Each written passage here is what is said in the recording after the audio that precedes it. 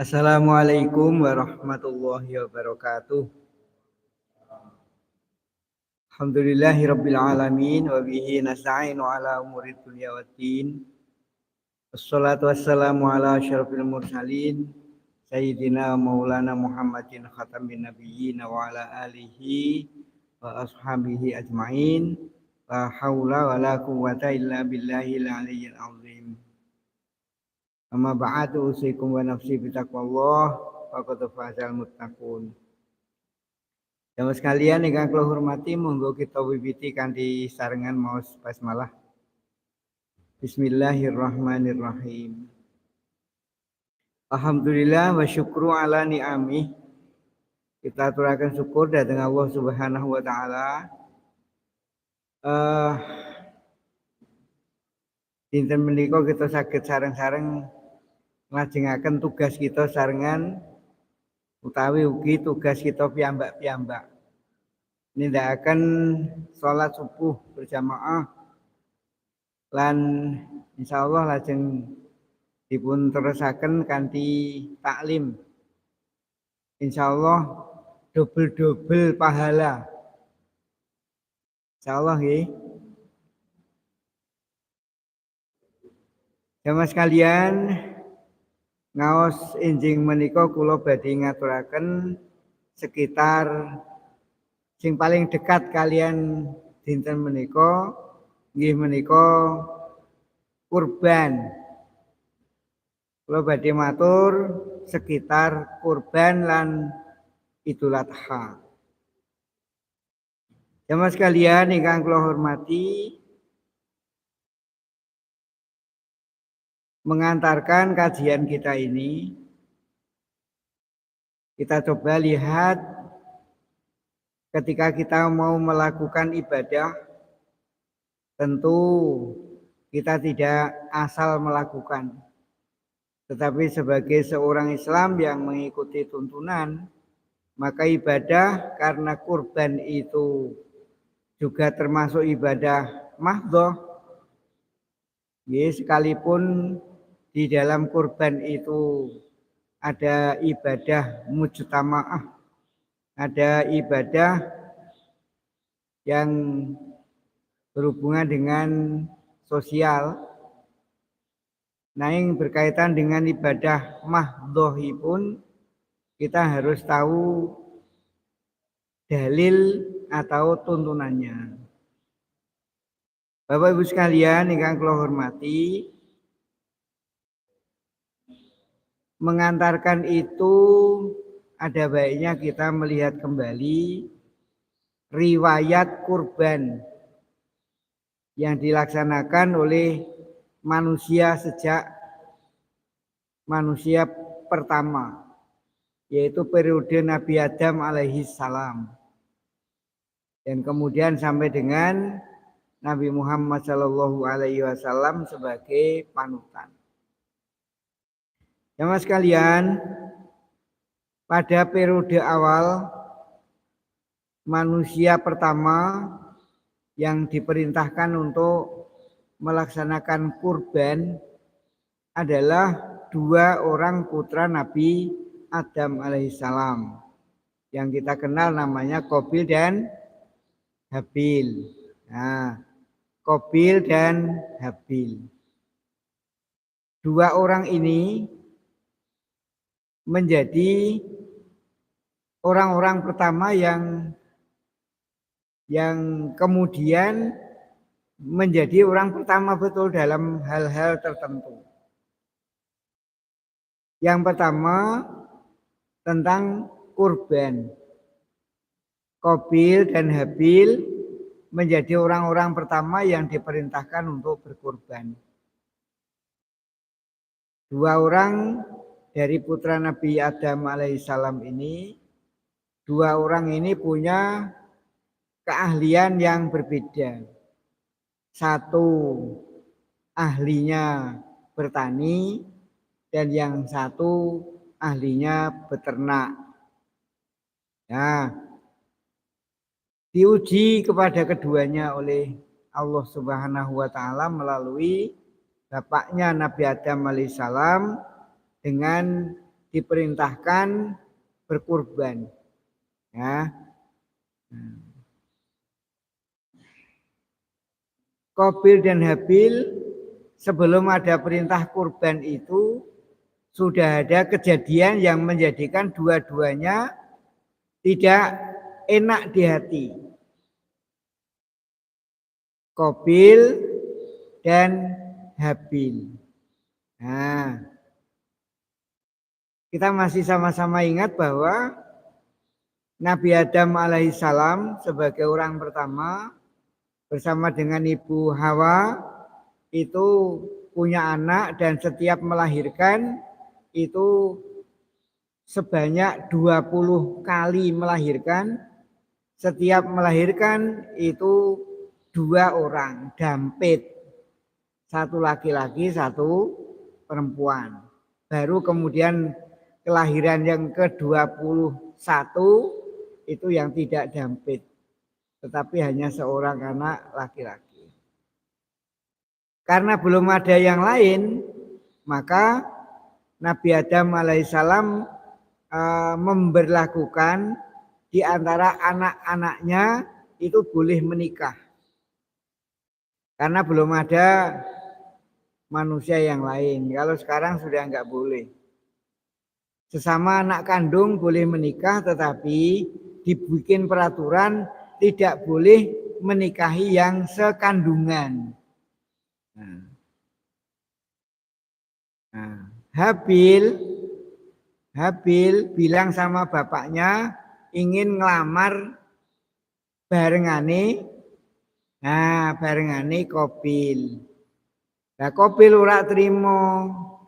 Wong barengane kuwi ayu. Nah, nek barengane Habil ora patek ayu. Nah, Qabil serik atine. Ya, dari situlah muncul orang pertama yang punya serik hati. Ya, jadi Qabil itu menjadi juga orang pertama yang memiliki karakteristik manusia secara umum ketok untuk serik sampai kemudian sampai pada dendam. Nah, ditambah diuji oleh bapaknya, oleh Mbah Adam supaya berkorban. Nah, gandeng atine ora patek srek. Maka perintahnya Nabi Adam ya dilakoni sak-sake. Qabil itu kemudian melaksanakan perintah bapaknya berkorban, tapi digolekno sing elek-elek. Yang digunakan untuk korban yang jelek-jelek. Sementara Habil barangkali puas hatinya bakal untuk bojo ayu menawane. Nah, ini dia kemudian milih di antara ternaknya yang paling gemuk. Nah, yang paling gede. Lalu diperintahkan kepada keduanya untuk ditaruh di satu tempat. Pertanda diterima atau tidak diterima, nah nanti akan datang api membakar. Dan ternyata yang didatangi api itu adalah korbannya Habil. Qabil tambah entuke serik. Nah, orang gini serik dengki itu biasanya hilang apike. Apike hilang. Sanadyan apike kaya ngapa nek ning jero ati kuwi ana dengki sing ketok ya elek. Nah, nek nyanyiane Jamal Mirdad gae nek lagi seneng kuwi sanadyan tai kucing rasa coklat. Ya. Tapi nek lagi sanadyan mas ketoke kreweng, kencana katon wingko. Wah, Setelah begitu kemudian saya tambah untuk geting, muring-muring, diancam dan temenan dilakoni. Ya. Adiknya yang Habil itu kemudian dibunuh. Nah, jadi Qabil menjadi juga orang pertama yang melakukan pembunuhan. Habil menjadi orang pertama yang mati dan menjadi orang pertama yang dibunuh. Karena belum ada bagaimana proses pemakaman, maka Qabil bingung. Ketika adiknya sudah dibunuh, dia bingung mau diapakan adiknya. Nah, kan wis meneng bae ra ubah. Weruh wong mati pertama ya Qabil kuwi. Ya, akhirnya datanglah Gagak yang diutus oleh Allah Subhanahu wa taala mengajari Qabil untuk mengubur adiknya.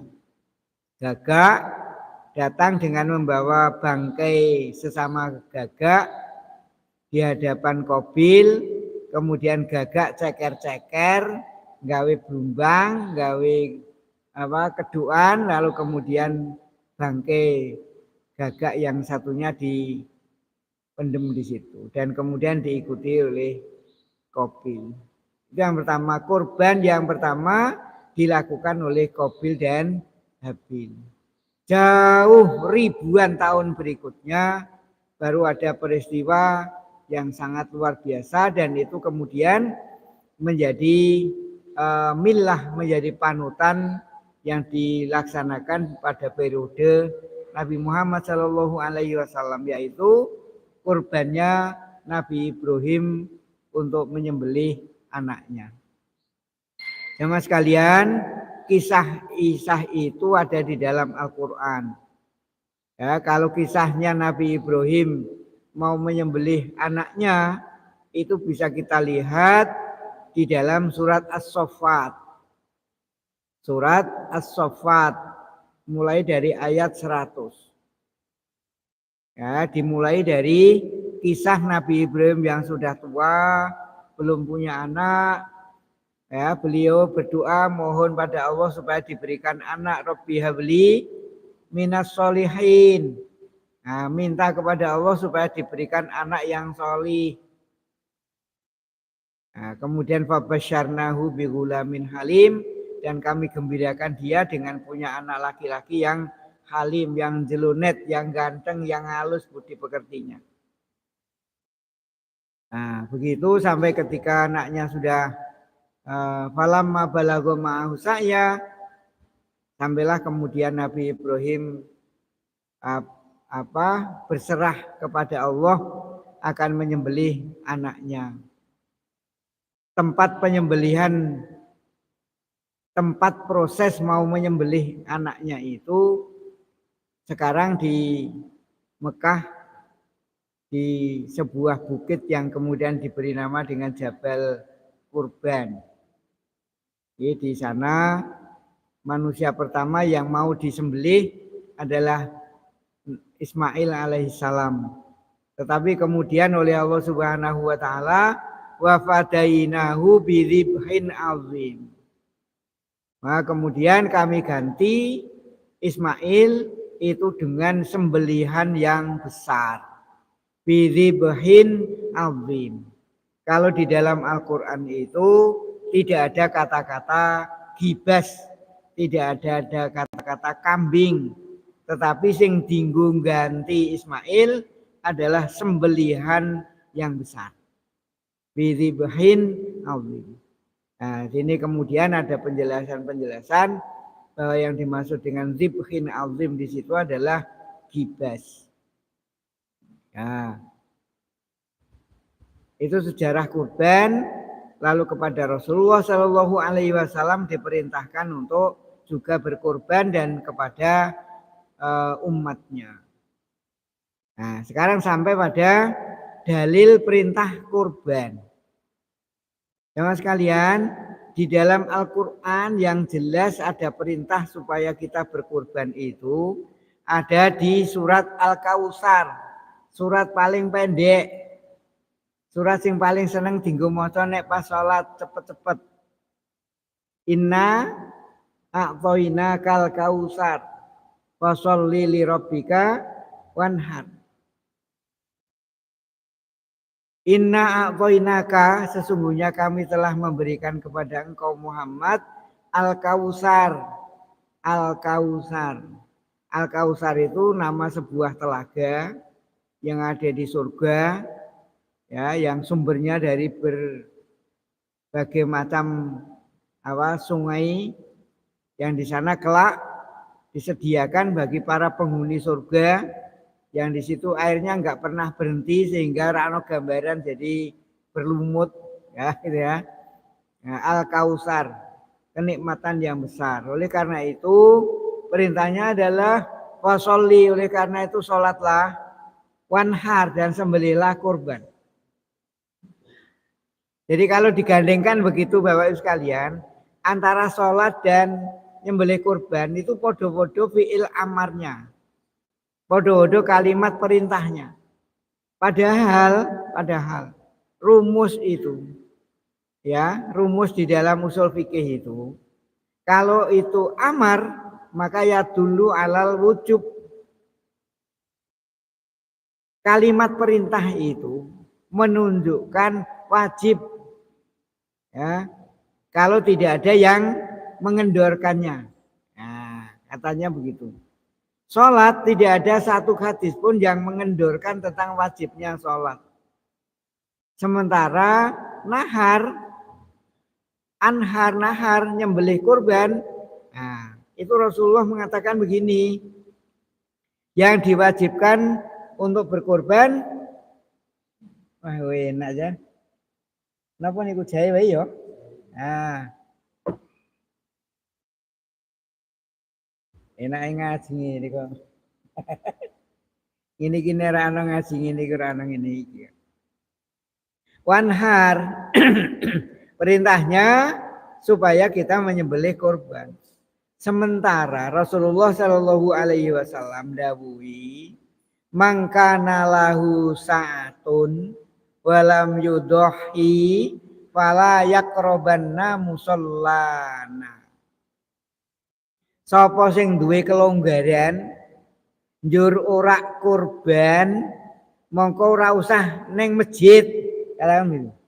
Ora usah sobo masjid, ora usah sobo musala. Ngopo sugih tapi medit. Nah, dari hadis itu